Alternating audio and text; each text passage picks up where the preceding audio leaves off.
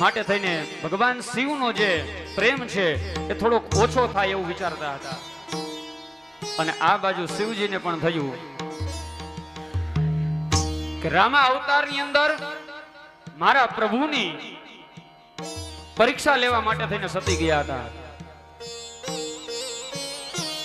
રામા અવતારની અંદર જ્યારે સીતાજીનું હરણ થયું અને એ સીતાજીના હરણની અંદર રામચંદ્ર ભગવાન વ્યાકુળ થઈને ફરતા હતા ને એ સમયે આ સતીજી કહે કે તમે જેને માનો છો, તમે જેને ભગવાન કહો છો, એ શું આ ભગવાન છે?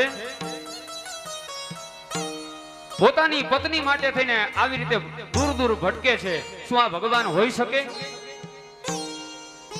સતીએ પરીક્ષા લેવા માટે થઈ અને સીતાનું સ્વરૂપ ધારણ કરી અને રામચંદ્રની સમક્ષ જાય છે. પહેલા રામચંદ્ર ભગવાન ની દ્રષ્ટિ જાય અને તરત જ નીચું મોઢું કરી આંખ નીચી કરી અને રામચંદ્ર ભગવાન કહે છે, માતા મારી કઈ ભૂલ થઈ છે?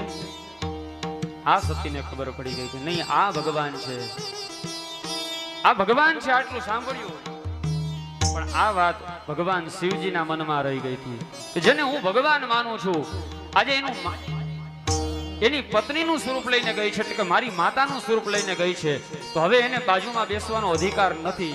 ત્યાર પછી ભગવાન શિવજીએ આ પરીક્ષા કરી હતી ને એ પછી કોઈ દિવસ ભગવાન શિવજીએ એની બાજુમાં બેસાડ્યા નથી, સતીને સામે બેસાડ્યા છે અને પછી બધી વાતો એને કરી છે, અમર કથાઓ સંભળાવી છે.